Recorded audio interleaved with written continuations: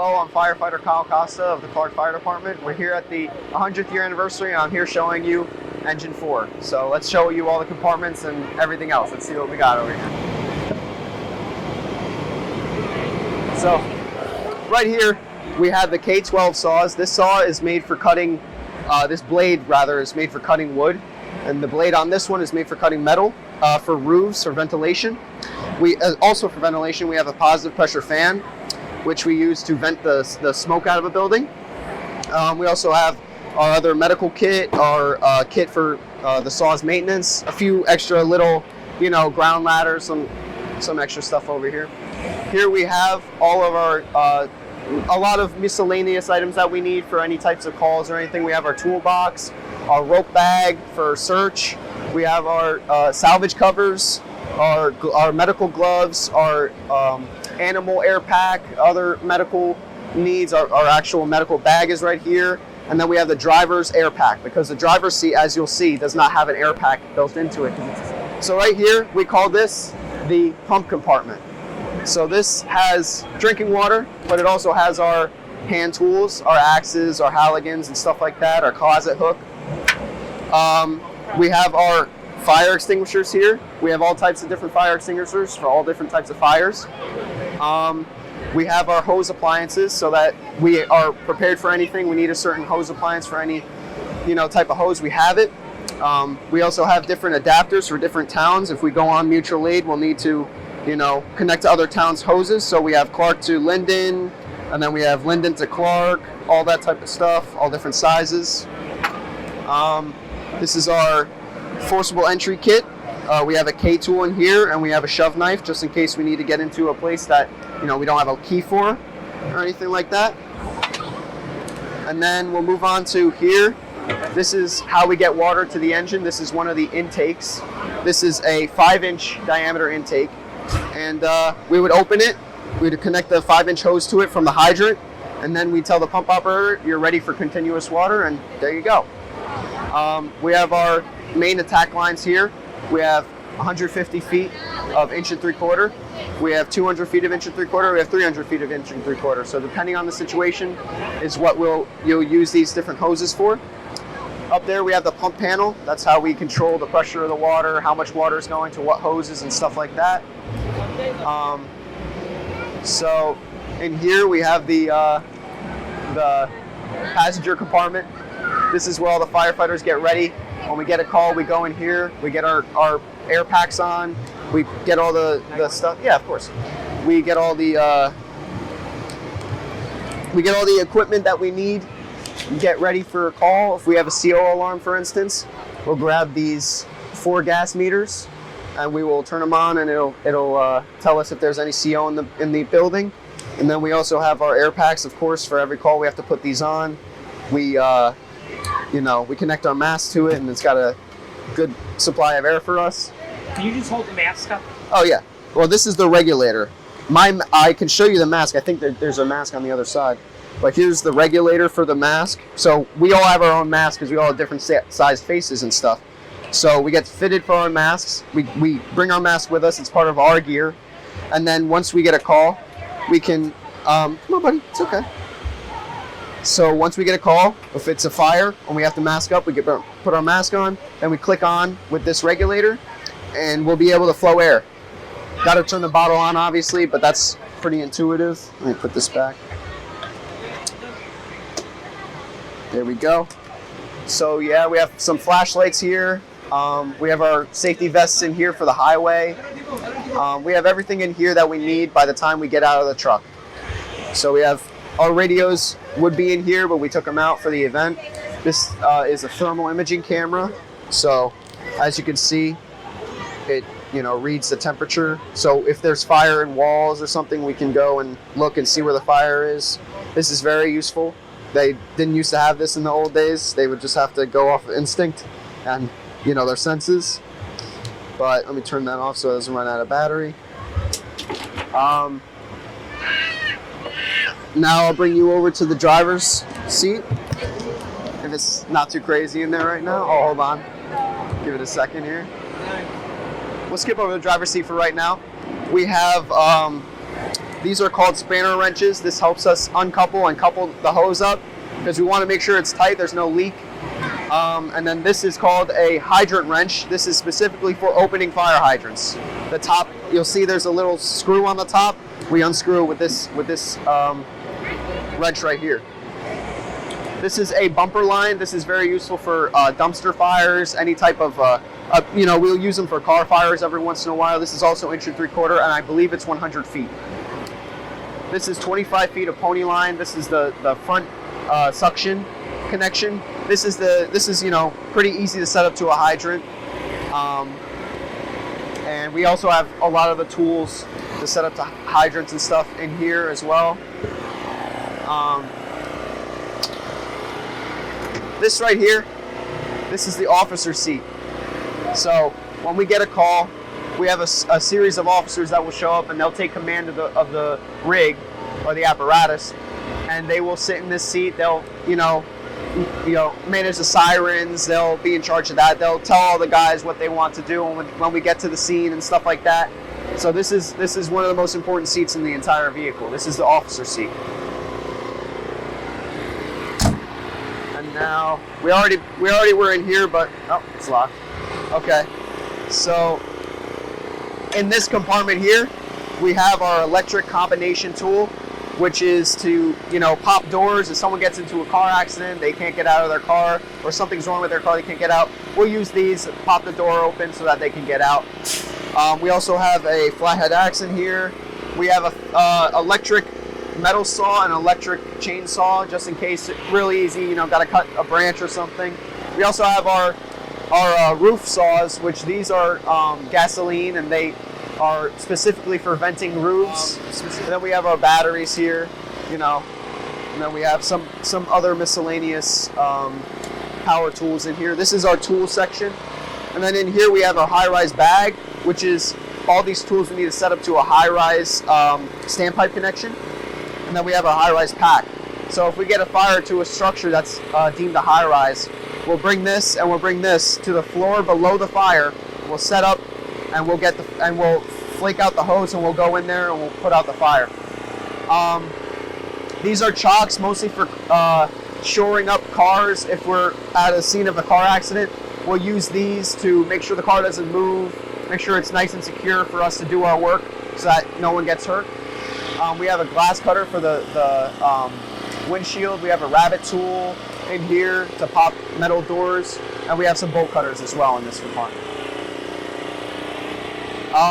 In here, this is the extrication compartment. Right here we have some generators for hydraulic power for the extrication tools. We have the hydraulic lines for the extrication tools, and we have the extrication tools. Spreaders, cutters, rams, and then we have mini cutters here for brake pedals and such like that. We also have a Halligan tool in here and a flathead axe. We have our airbags, so we can lift a car off of a victim if we have to, or we can separate cars if we have to. We have our air tanks for the airbags, and we have the control unit for the airbags, and also the hoses for the airbags right here. Right here, in the back right here, we have the trash line, we call it, because it's mostly used for brush fires, little mulch fires, and trash cans on fire. Easy things. We can easily just unroll it, connect it up to here, open it, tell the pump operator to give us some pressure, and then we'll go to work. Then we have the hydrant bag. It has most of the tools that you'll see up front that I went over are in this bag as well. We have extension cords for the electric fan I showed you, and some extra discharges if we need it. Up here we have pre-connected 300 feet of 1 3/4, dead load 300 feet of 1 3/4, 1,000 feet of 3-inch, 1,000 feet of 5-inch, and pre-connected 300 feet of 2.5-inch, which we would use for any type of industrial fires or such like that. Okay, that's good. Let's see if we can get in the driver's seat.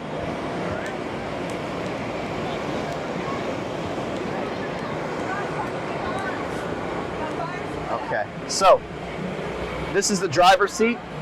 This is where obviously the operator of the vehicle is, but also if you drive to a fire scene, you also pump the vehicle. So You also have to be qualified enough to work the pump panel.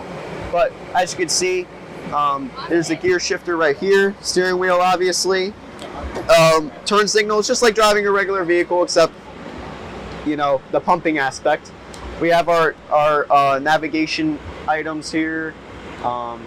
This is the emergency master. This is what we press to turn on all the lights. That's also the driver's responsibility, is turning on all the emergency lights. The officer is manning the siren most of the time. And yeah, brake, gas, I mean, it's a driver's seat. So yeah, that completes the whole tour. This is the Clark Fire Department Special Operations 1 vehicle. This is our main vehicle for water rescue. We use this for any type of flooding emergency or any type of emergency where someone is in water and they need to be rescued out. We have all types of equipment on here. We have pike poles, we have throw bags, and we have obviously the beautiful boat we have attached to the back.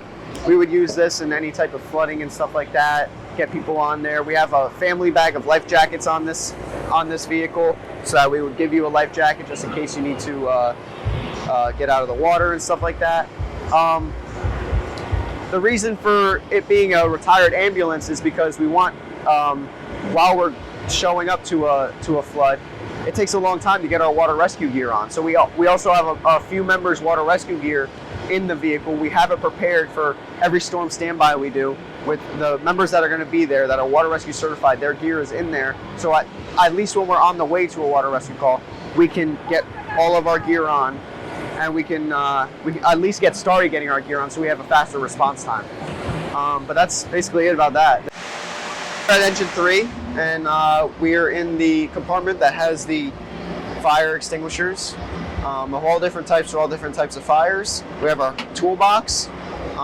This is some speedy drive for any type of spilt fluid at a car accident, like, you know, motor oil and stuff like that.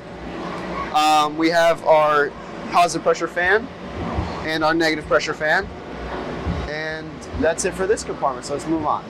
Right here we have our hand tools compartment. We have an assortment of axes, picket axes. We have our New York hooks.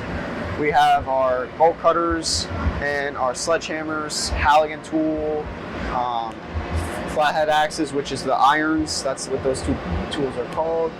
Actually, Kyle, real quick, yeah. I just heard you say, you know, about the Halligans. And Yeah. where are they? The New York? The New York hooks. The New York hooks. Can you please explain to everybody what those are? Okay, so a New York hook is a type. I'm going to try to untangle it. It's a type of what's called a pike pole, which we use to pull down ceilings or walls when we're trying to get to the fire in a ceiling or a wall. And this is the type of, there's two types. There's a New York hook style and there's another style. And this is the New York hook style. And I know exactly why they call this a Halligan, because the guy who designed this his last name was Halligan, and it's a very useful tool for forcible entry. It's got a pike, an adze, and a hook end, or a fork end. And this is all that you would need, plus a flathead axe, which is this, to get into any type of structure, really. There's other types of structures that would, you know, be hard to get in with this, but this is a very useful tool. Every fire department uses this, and it's called a Halligan because the guy that invented it was named Halligan. I believe he was a FDNY firefighter way back in the day, so that's why it's called a Halligan. So now moving on, we have our pump compartment. Just like on engine 4, we have our water and our Gatorade in this. We have our medical bag here. We have our supply line, our 25 feet of pony line for the 5-inch connection right here. We have all types of different connections and reducers and adapters for different towns on here. Our different nozzles and all those types of things. And this is a leak detector fluid, so we can detect leaks. This is our pony line.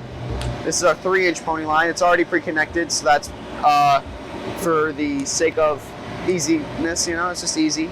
We just pull this out, grab the rest of the line, connect it, and then we're ready to go. pretty much the same as engine 4. In here we have our, you know, our 5 seats, or 4 seats. Yep, you can go in. So our 4 seats are in here. We have all the air packs, all pre-connected into the seats. So you just gotta throw it on, you know, buckle yourself up, put your mask on it, and then you get out and go. We have our flashlights just like an engine 4. Our gas meters are actually up by the officer, and so is the tick. But here are our radios. These are mutual aid radios because this is our mutual aid apparatus. This is if Westfield or any type of town surrounding us or Rawway, they want us to come in to cover their house while they're fighting a fire or go to the scene, we'll use these radios to communicate with them. These are our in-town radios. One I'm using, also these are just for in-town use. Okay. So let's move on.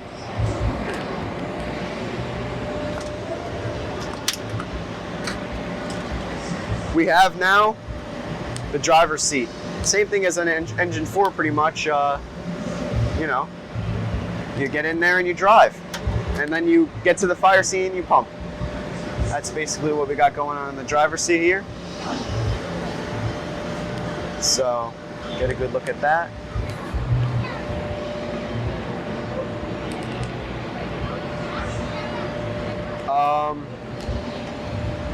So over here we have hydrant wrench just like on engine 4 and 2 spanner wrenches.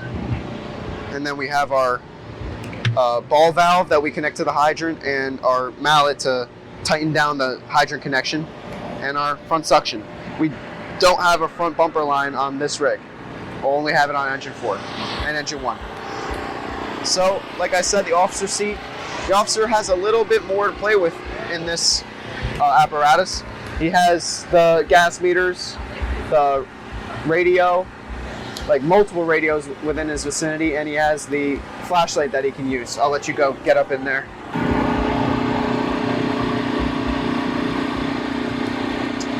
So there you go.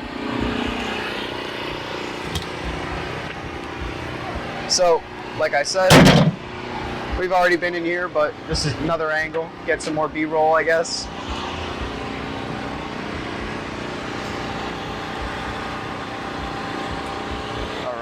We'll leave that open. Cross lays, pony line, same stuff. This is our extrication compartment. The same things that were in engine 4 are in here. We actually have less. We have a spreader and a cutter, the hoses, the generator, some chocks. And yeah, we have our extra. I didn't show you this on engine 4. We also have extra bottles on engine 2 and 3. Those are where we keep those. This is the electric combi tool. This is like a all-purpose extrication tool, or jaws of life, if you will. Our search ropes, our driver's air pack, our crash box, our glass cutter for windshield of a car. And then we have here our saws. So we have our K12 saws in the front with the carbide tip. So this is for wood. This is for metal right here. And then back here we have the electric K12 saw with a metal blade on it for car hoods. And then right here we have our quick vent roof saw. So this is for cutting a wooden roof. And then this is another chainsaw also for venting a wooden roof. We have our salvage covers right here for when we're done at a fire. We want to cover the damaged goods or the undamaged goods with that so they don't get damaged. We have our Sawzall and other power tools here, and of course the rip pack. So that is your tour of engine 3. Actually, wait, there's more. We call this a trash line, the regular little hose line we have back here for brush fires and such. Our extension cord, our hose clamp, another nozzle for the trash line, and more extension cord accessories, and our hydrant bag. All right, that was good.